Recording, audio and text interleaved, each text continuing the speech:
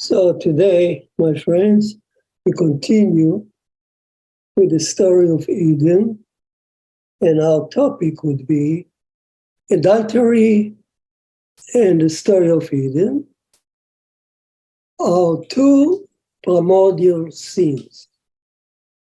So everybody is familiar with the primordial sin, turn out to be two primordial sin, and we'll discuss the two of them today and what the importance is. So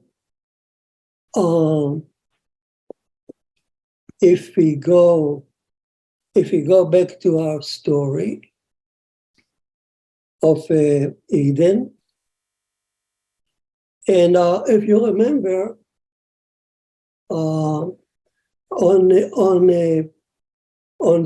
as you read chapter 1, the flow of the story is that it comes to day 3. There is a pause in the middle of the day after the separation of dry land from the water, which would be the supercontinent, first supercontinent, before there was any life on earth. And the Torah says before there were even rain on earth. Certainly not atmosphere, nothing. No life. At that point, Elohim conducted a judgment. The judgment probably was, should I put life on, earth was stood on a crossroad. Should I put life on earth or not? This is really pivotal point.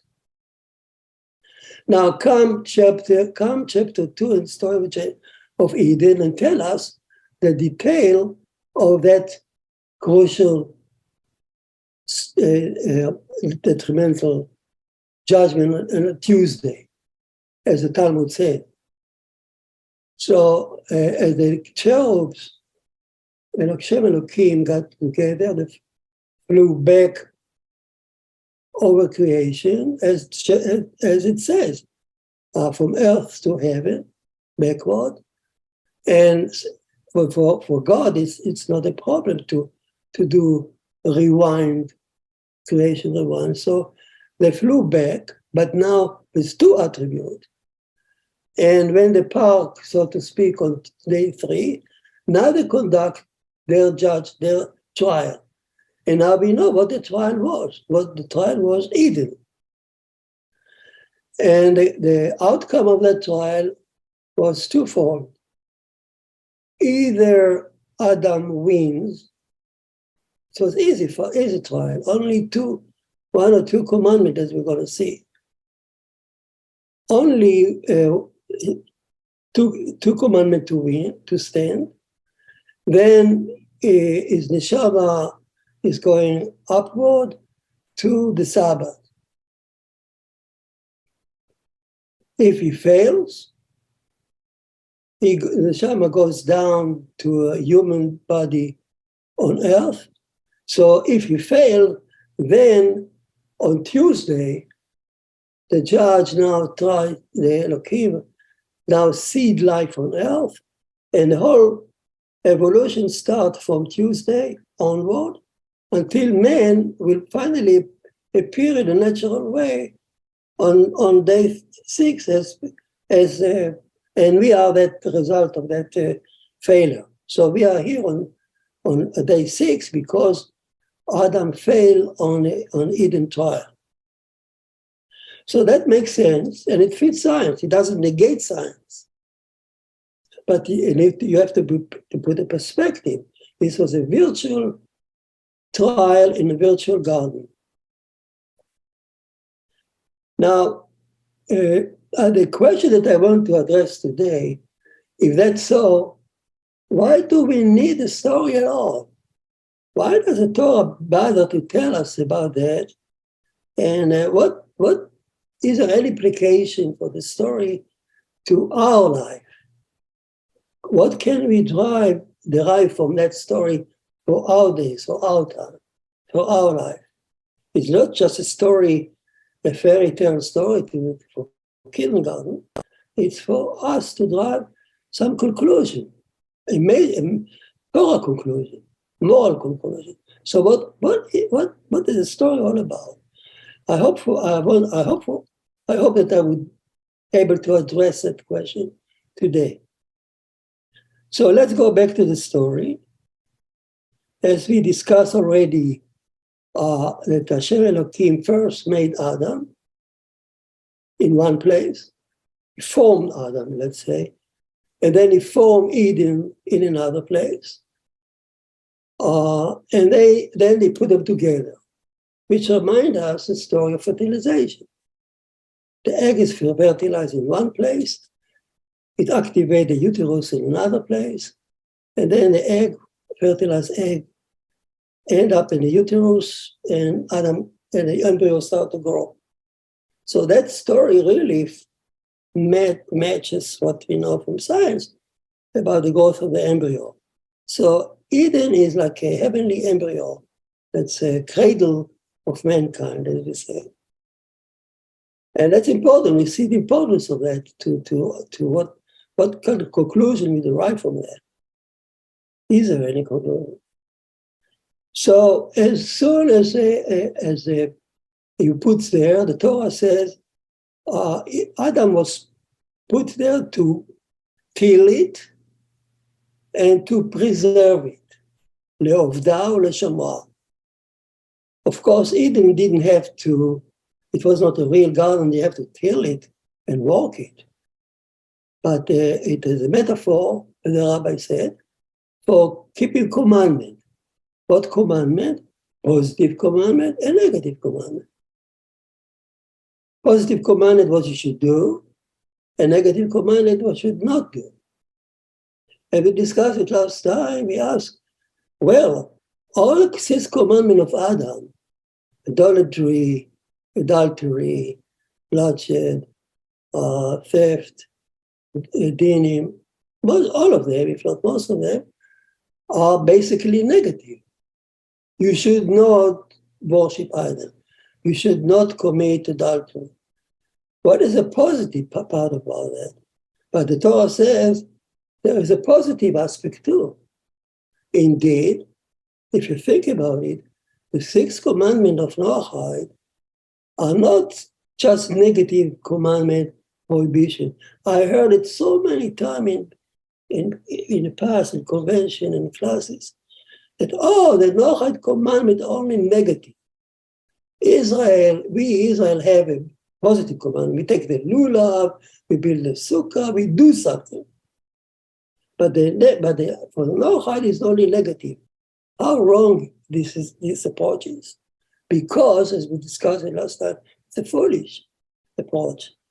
Because behind every negative commandment, there is a huge positive aspect. Let's say idolatry. It's a huge attempt, it's a huge commandment in terms of you have to control your attraction and your imagination and not to follow the idol. So you have to invest positive energy to stand the attraction of the idols. And idols can be alcohol, drugs, and everything, political party. So a lot of idols are attracting you, attracting us, and we have to invest a lot of positive power to stand them. Not only that, we need to invest positive power to worship Hashem, to recognize Hashem. That's also part of the commandment. It's not enough not to worship idols. It's also part of it is to recognize God and worship Him. Only that it's not for Noachide. It's not the positive side. It's derived logically, and it's not given in a term of positives. The Torah doesn't say you should invest effort to stand the idol. You should do the. When it comes to those basic commandments, it's enough for the Torah to state it a negative, and the positive side, which is an enormous part of the commandment, is self-implied. You derive it, you understand it by yourself. So we now understand what the Torah says Adam was put in Eden to preserve it and to kill it, to do positive and negative aspect of. Now the question is, what kind of commandment he was given in Eden? So the first commandment is here. As soon as he was made,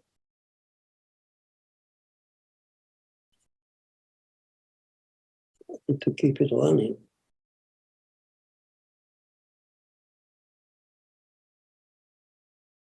So as soon as, that's the book I want to show some readers.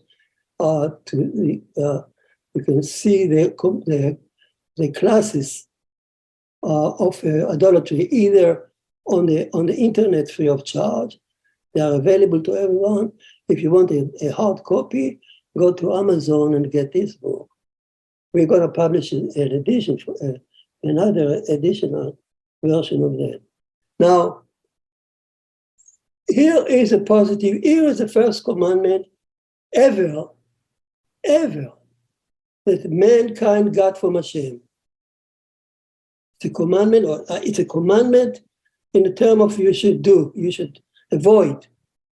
In terms of, we'll see in a minute what sort of commandment is it.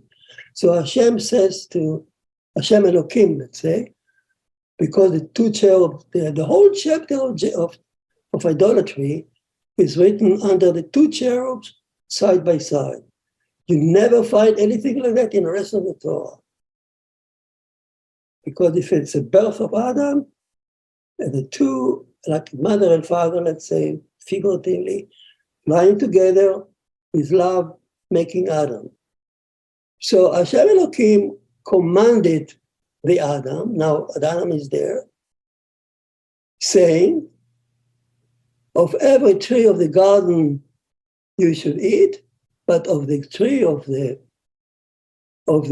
knowledge of good and evil, you should not eat of it. For the day of eating of it, you shall die. Everybody understands, the story about the commandment by heart, but not everybody understands the evil here. We dedicated the whole class of it, like 3 weeks ago. What is evil in the Torah? In the eyes of Hashem. What Hashem hates, that's evil. And it can be many things, we'll see in a minute. But the tree is a knowledge of good and evil, Ra. It's never in the eyes of Elohim. So if you eat it, you shall die. Of course, Adam doesn't know what death is. He's like a child telling him, the parents telling him, Johnny, don't touch the ivory in the garden, because if you touch it, you get allergy. The child doesn't know what allergy is, but he trusts his parents. So this is either advice or what kind of a commandment is it? It can be an advice from the parent, father in heaven, or mother in heaven. But since it's one, we call it father in heaven. Or it can be a command from a king also. I don't need to understand the logic of the king. I just trust my king and I obey by his command. So that commandment is given either by Father in heaven or by our King King of the universe. Why I'm saying it?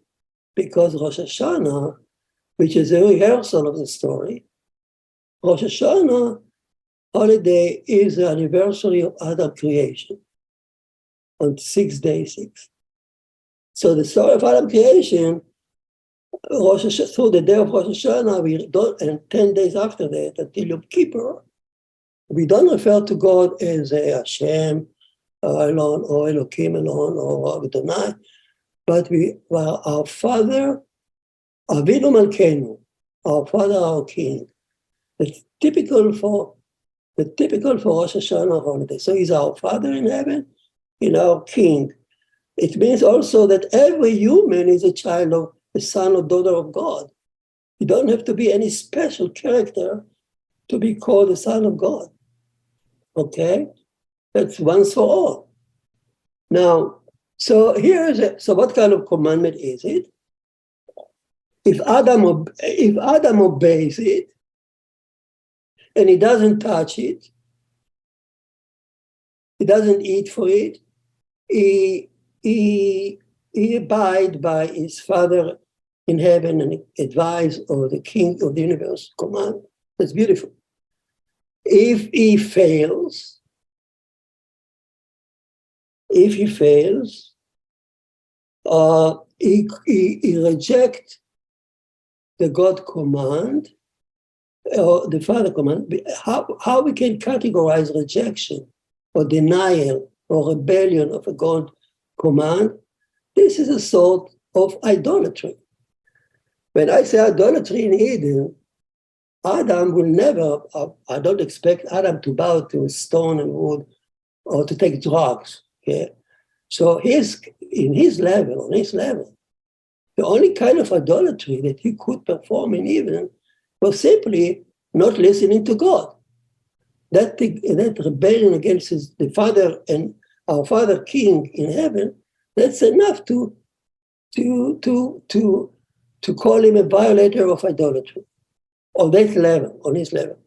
So we can categorize, without going into detail now of what the trees and what, but that's the format of it. The form of it is telling him not to do, and if he fails, he has committed rebellion or rejection of God, which is a tantamount to idolatry on that level. Now, beside that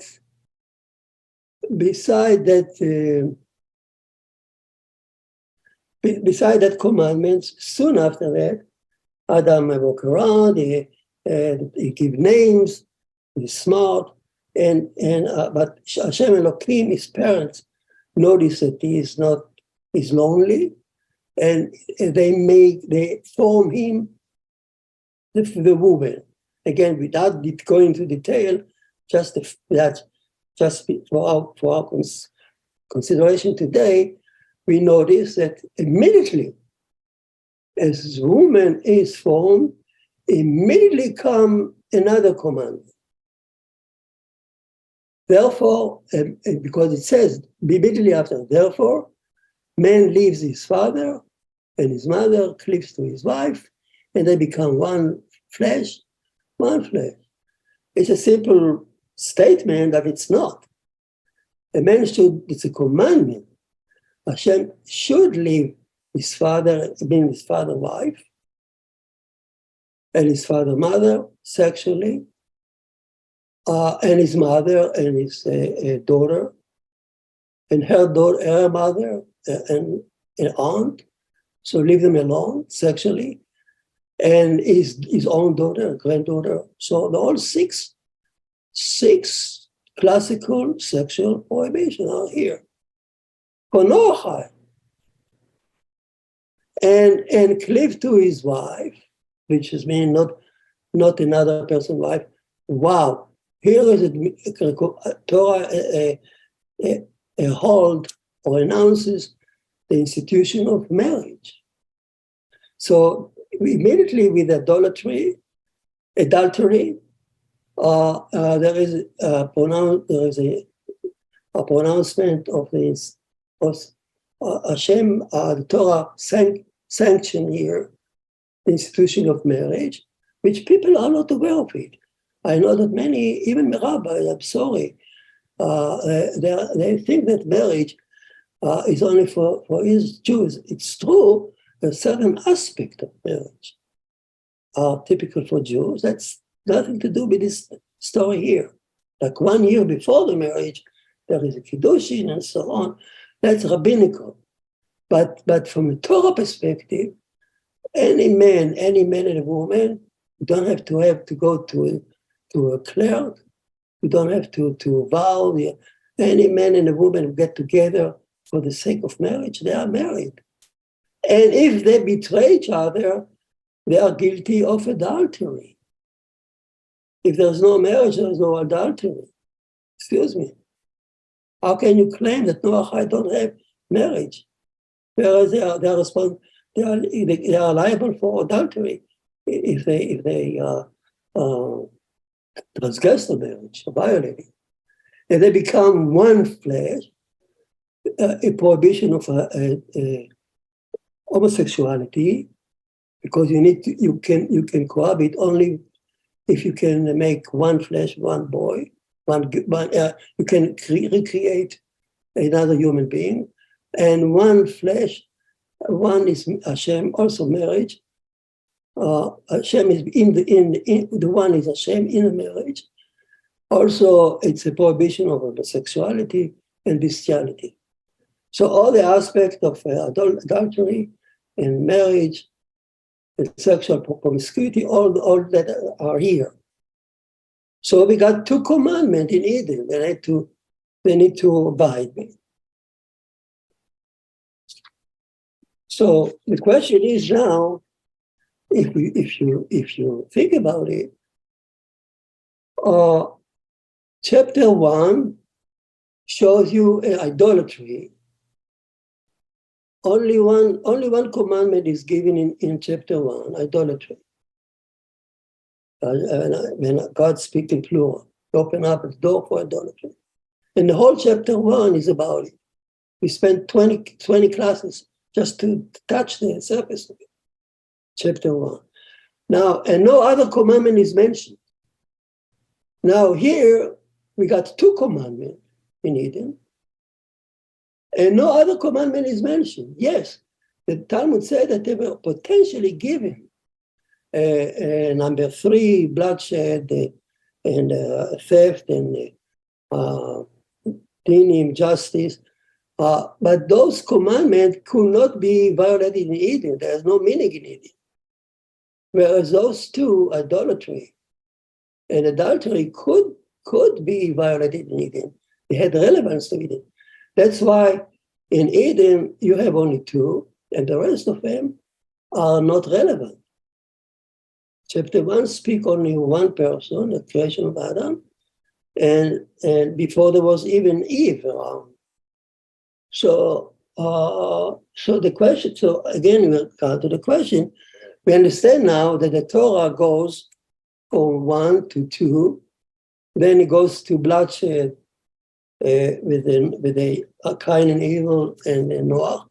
Bloodshed, you need at least 3. It's rare to think about men, husband and wife killing each other, but it's when it comes to nascent family, like Adam and Eve had, well, a brother can kill each other. So it is like nascent family, small family, to have a bloodshed, meaningful bloodshed. And then it goes to Abraham and theft. Theft is much larger community. Theft means also slavery and so on. That relates to larger communities, not just family. And then dinim, justice, of course, it's society. So the Torah, if you look at it, the Torah goes from 1 person to 2 persons in Eden to 3 at least in bloodshed, and at least then 4 or larger in theft, and so on. So the Torah, you can say the Torah climbs here on how wide the commandment is, how to whom does it apply, to 1, 2, or more people. As humanity evolved, the commandment become more meaningful. That's one explanation, but there is another more deeper explanation. Why the Torah bother to give us a story, those commandments through that story in such a way? Ask yourself, why doesn't the Torah give us a list, like 10 commandments? Here the list of Adam's 6 commandments. Adultery, bloodshed. This is 1, 2, 3, like a 10 commandments. Why does the Torah bother to run through these long stories of the whole book of Genesis, from one commandment to another commandment, to present us the commandment in such a way, because you know that you can understand the meaning, the answer right away. Because in this way, we got more information that we get from a list. If I look at it, adultery now, it's from chapter 1, wow, it's a huge story. And I look at it the same way, if the Torah decided to present the two of them here, adultery combined with adultery, in one package, there is a message here. So what is the message of the Torah here that she intertwined, she present the two commandments intertwined, like in one package, one story. Adultery with the tree, and adultery with Eve, with the serpent, the snake. So what is it behind it? What is the logic of the Torah? We have to try to understand that. So to understand it, we need to go to creation of Adam, as it described here. We read the secret is here of the story. Because if we call the story of Eden, the story of Adam formation, so Adam was formed, we discussed it last time, when Hashem Elohim formed Adam as a dust, as a dust from the ground, and he blew in his nostril, in oneness, he blew his nostril, into his nostril the soul of his neshama, and Adam became a nefesh chaya, a living creature. We discussed it at length in the last class, that it's like a glass blower blowing his breath into the tube, and a part close to, or far away from Hashem's mouth. Hashem's mouth is here. Far away down the tube is Chaya, which is responsible for our element of life, every cell in us, the DNA, which we share with all the creatures, all the living creatures, viruses, bacteria, even single cell creature. Every creature who have at least some mechanism of life is controlled by this Chaya. Chaya means life. Nefesh, classically, is the big portion. It controls a larger animal that have organs like us. And the Neshama is close to Hashem lips here. So the Nefesh and the Chaya control our bodily instinct and functions. Neshama is divine. In Chabad call the Nefesh and Chaya is a part that they call it animalistic soul, because it controls what we share with the animal or bacteria, Nefesh and Chaya. Neshama is what the Chabad would call heavenly soul, a Nefesh Elokit. That's book of the Tanya, based on that. So you have a divine soul, Nefesh Elokit, animalistic soul, which is this two part control our animalistic drive and functions. The story is that there is a struggle here. Each of those souls try to take control our body and our entire soul. the nefesh and the chaya, which is the animalistic part, try to get larger, to get stronger, to push us to indulge in mundane things, to seek pleasure of the day of the flesh. It's not that it's forbidden, but to indulge in it in a passion. The nefesh and chaya try to overcome, to control your whole body. And the more you indulge yourself in sins of the flesh, like adultery and idolatry by drug and alcohol and all that, the more you do that, you enforce the animalistic neshama on account of the heavenly neshama. So she shrieks, and that one part take control of you. That's Chabad teaching. It's also Sfat Emet's teaching. So on the otherwise is also true. The more you allow Hashem to enter your heart, the more you learn Torah. It's not that you go to a monastery and you shut yourself off from the world, Chas v'Chalila, but you avoid indulging, and you're being careful not to violate idolatry by enslaving yourself to all kinds of idols, modern idols. So, if you avoid that and you support and you subject yourself and you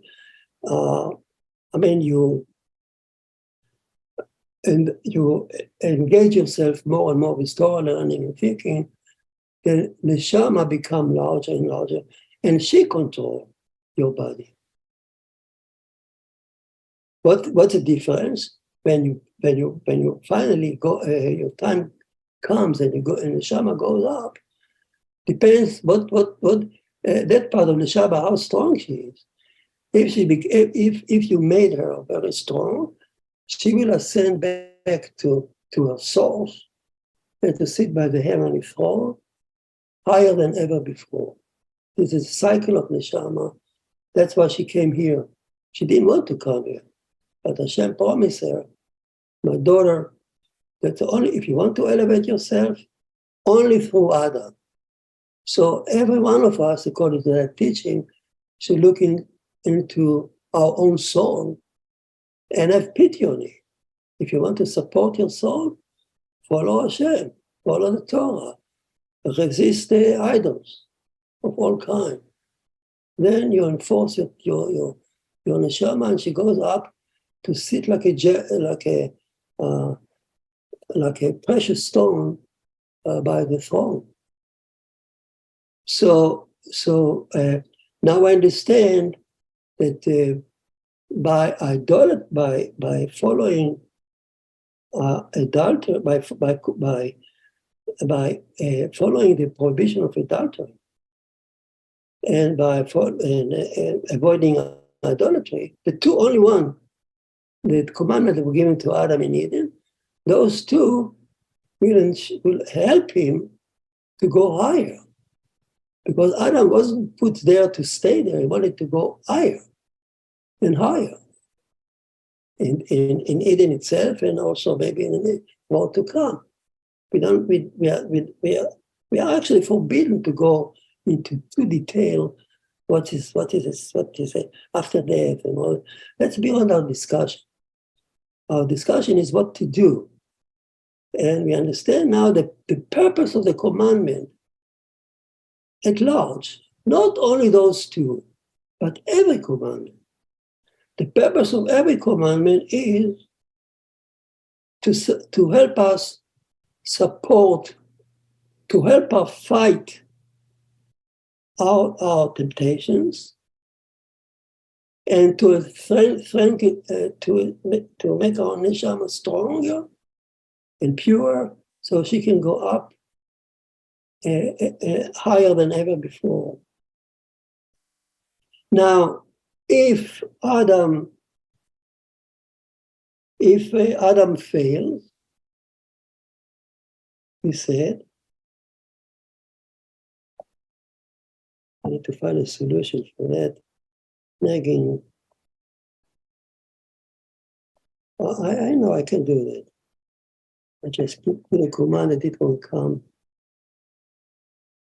To stay, the screen should stay longer. Okay, now,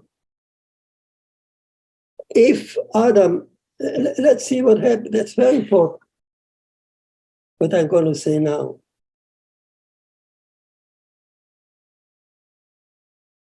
In Eden, Adam had a body, a virtual body, an airy body, airy coat for the neshama. Airy, I mean, it's called kutnot o, the aleph vav reish. Kutnot o, the shirt of light. So he had a coat covering his neshama. He needed a thin one that covered his neshama, because the Torah says Hashem blew his breath into his body. So that body in the world of Eden, in the universe of Eden, is the thin coat, airy coat that sheltered Adam and neshama. On earth, and this was Adam. Only Adam had only to do commandment. The two commandments would help him to fight against the attraction. Each code, the code actually present the flesh, the cover that we cover us, present some desires that are associated with the flesh and existence. So in Eden, we consider the sexual drive and a drive to resist God is ego. So those two inner drive come from this body that Adam had in Eden.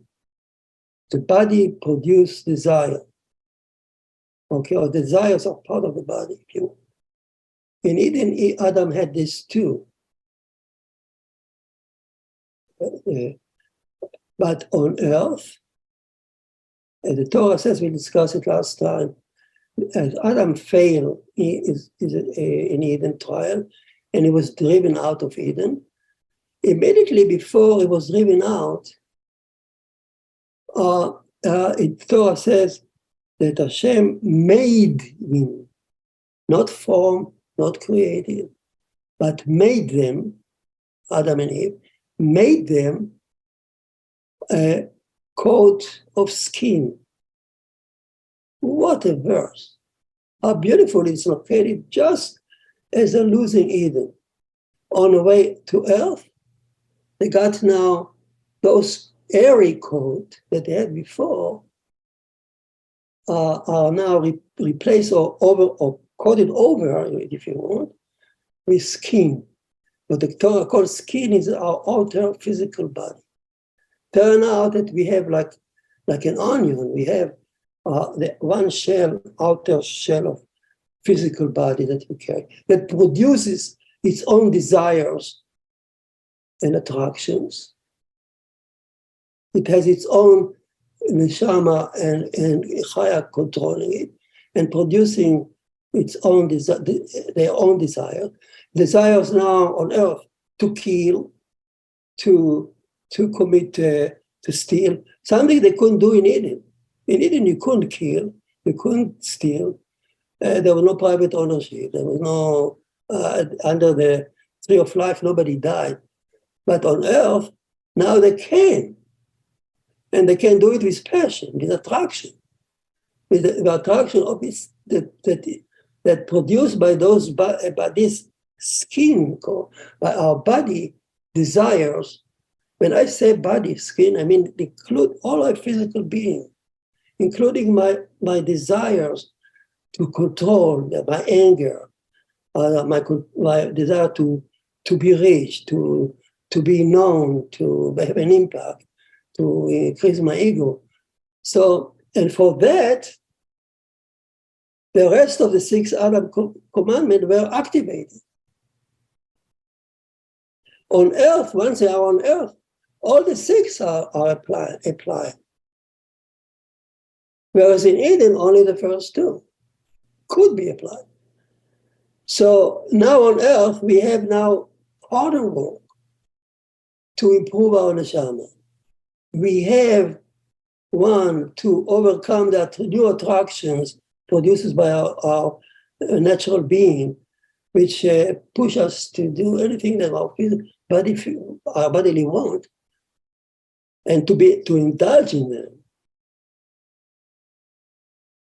and to make him very strong. The stronger, the more indulge with them, we push away the neshama from us. So now we have much more work to do, but the innermost part of what we have in Eden, we still carry it. Where hidden in the innermost part of our being, in that heavenly, in that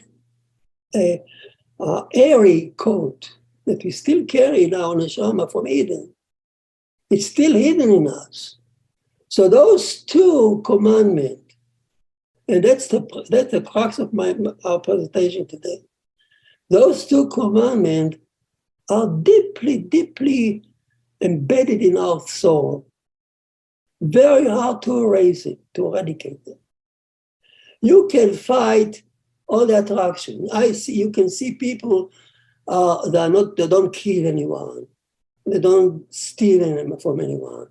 They don't commit injustice. They're honest people. And they are good in society. They contribute everything. And they're judges and they contribute to society.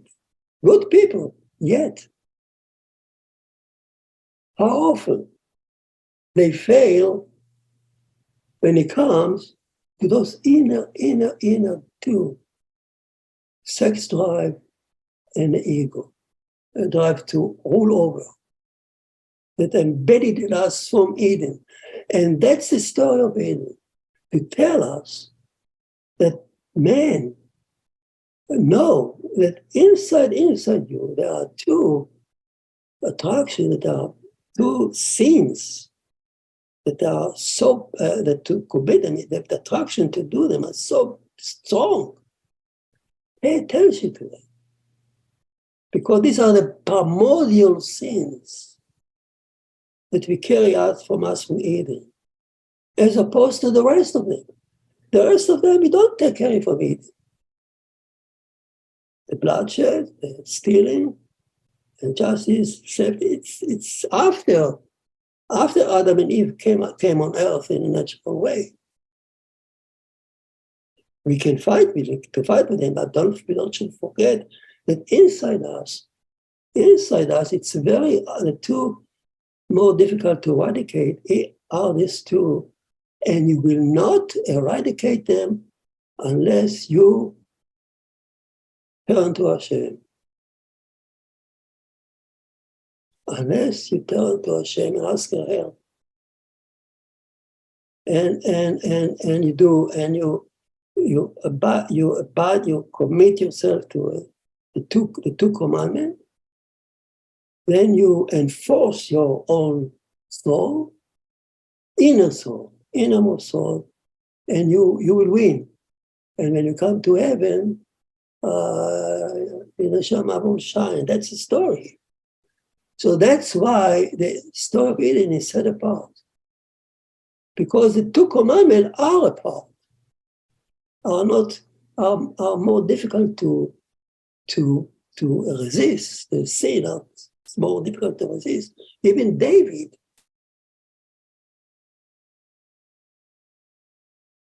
and so on. The most righteous people on earth, they can fail in those two. Those 2. both the ego and the adultery. Only Moses was a modest, he could control his ego perfect. And he married seeing God. So those two are primordial sins. I think I'll stop here.